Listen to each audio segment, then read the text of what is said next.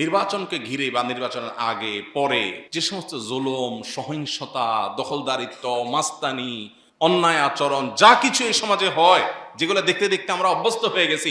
আর যাই হোক, আমি কোনো দলের প্রতি আনুগত্য আমার থাকতে পারে, এমনকি কোনো ইসলামিক দলের প্রতি আনুগত্য থাকতে পারে, কিন্তু আমি এমন কিছু করব না যেটা আমার আল্লাহ এবং তার রাসূল নিষেধ করেছেন। যদি সেটা দিনের খাতিরেও করি আমি, তারপরে সেটা আমার গুনাহের কারণ হবে।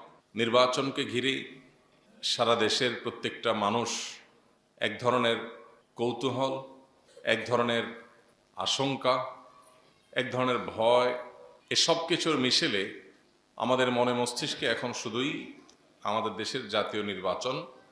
এই নির্বাচনকে ঘিরে আমাদের যত কৌতূহল, আমাদের যত আশা আশঙ্কার জায়গা আছে, এই সব বিষয়গুলোকে সামনে রেখে একজন মুসলিম হিসাবে আমাদের এবং আমাদের নেতাদের, উভয় শ্রেণী মানুষের জন্য বেশ কিছু করণীয় আছে আমাদের নেবার মতো, গ্রহণ করবার মতো বেশ কিছু পদক্ষেপ। আমরা এর আগেও আপনাদেরকে স্মরণ করিয়েছিলাম। নির্বাচনের এই সময়টাতে সাধারণ মানুষ এবং আমাদের নেতৃবৃন্দ, এই উভয় শ্রেণীর মানুষের জন্য আল্লাহর তরফ থেকে বহুত বড় একটা পরীক্ষার সময়। এই পরীক্ষাটা হলো আমানত রক্ষার পরীক্ষা।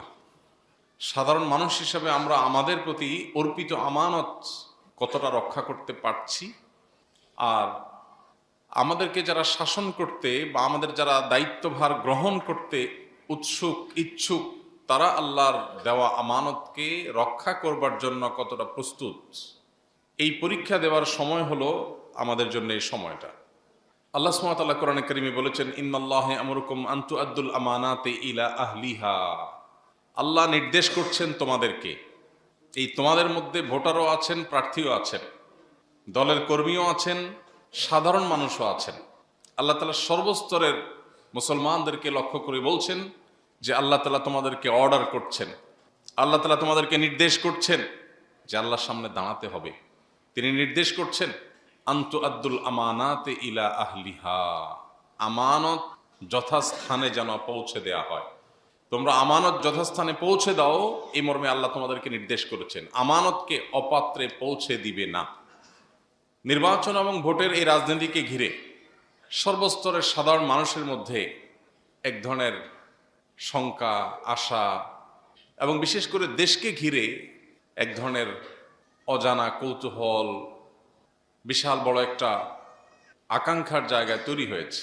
বিশেষ করে নতুন পরিস্থিতিতে, নতুন পরিবেশে, পট পরিবর্তনের ভিত্তিতে প্রত্যেকটা মানুষ আমরা অনুভব করি এই দেশটা যে জায়গায় থাকার কথা ছিল তার চাইতে অনেক নিচে অবস্থান করছে সব দিক থেকে।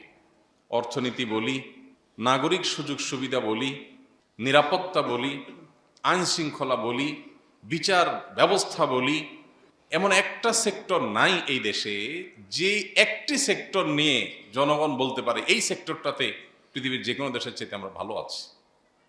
এরকম একটা সেক্টরও হয়তো এই দেশে মানুষ খুঁজে পায় না, যার কারণে আমাদের মনের ভিতরে অনেক আবেগ, অনেক আশা আকাঙ্ক্ষা।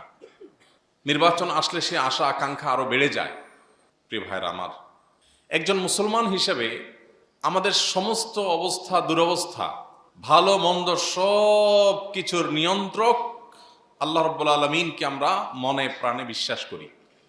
যদি তাই হয়ে থাকে, তাহলে আজকে যে আমাদের দুরবস্থা আমরা দেখতে পাচ্ছি স্বাধীনতার 50 বছর পরও, এমন কোনো বিভাগ এদেশে আমরা খুঁজে পাই না যে একটা বিভাগ নিয়ে আমরা বলতে পারি যে পৃথিবীর অন্য দেশগুলোর সাথে টেক্কা দিয়ে অগ্রসর হওয়া দূরের কথা, অন্তত তাল মিলিয়ে সমান্তরাল জায়গা আমরা যেতে পেরেছি, সেটাও আমরা বলতে পারি না।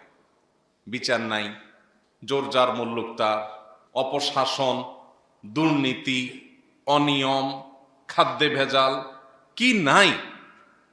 এই যে দুরবস্থা, এই দুরবস্থার জন্য আমরা দায়ী করি আমাদের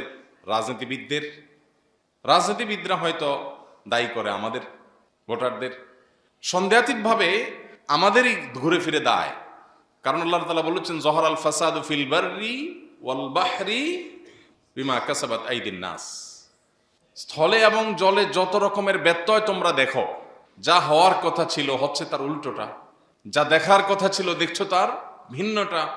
এই যে ব্যত্যয়, এই যে ফাসাদ, এই যে অনিয়ম, এই যে বিশৃঙ্খলা, এই যে অপ্রত্যাশিত চিত্র এবং পরিবেশ তোমরা দেখতে পাও, এটা কেন দেখতে পাও? মানুষের হাতের কামাইয়ের ফসল হিসাবে দেখতে পাও। সমাজে আমরা যা দেখতে পাই এগুলো আমাদের কর্মকাণ্ডের ফসল। আল্লাহ সুবহানাহু ওয়া তাআলা সেজন্য বলেছেন, ইন্নাল্লাহা লা ইউগাইয়িরু মা বিকাউমিন, কোন জাতি কোন সম্প্রদায়ের অবস্থার পরিবর্তন আল্লাহ করবেন না।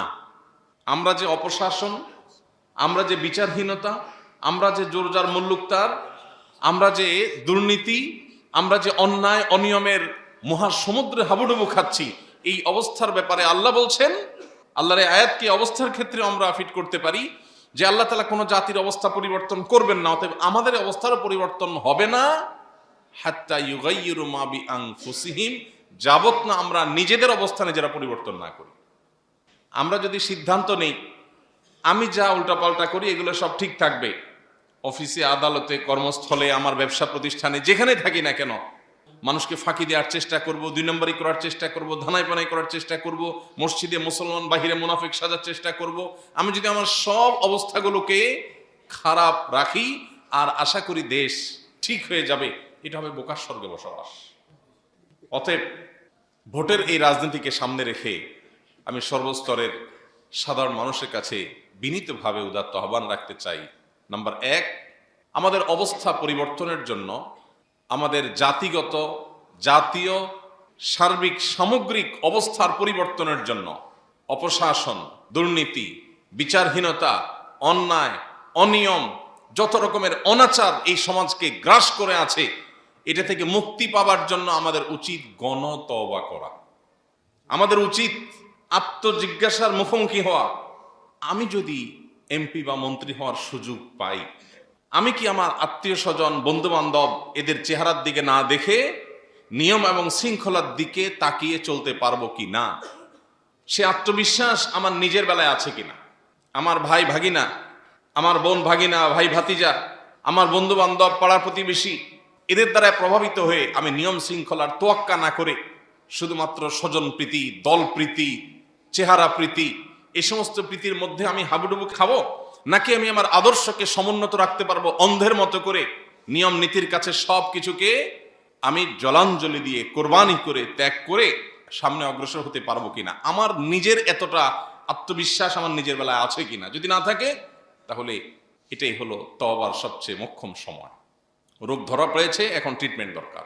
অতএব আমাদের সামগ্রিক অবস্থার পরিবর্তনের জন্য আমাদের নিজেদের অবস্থার পরিবর্তনের সিদ্ধান্ত নিতে হবে।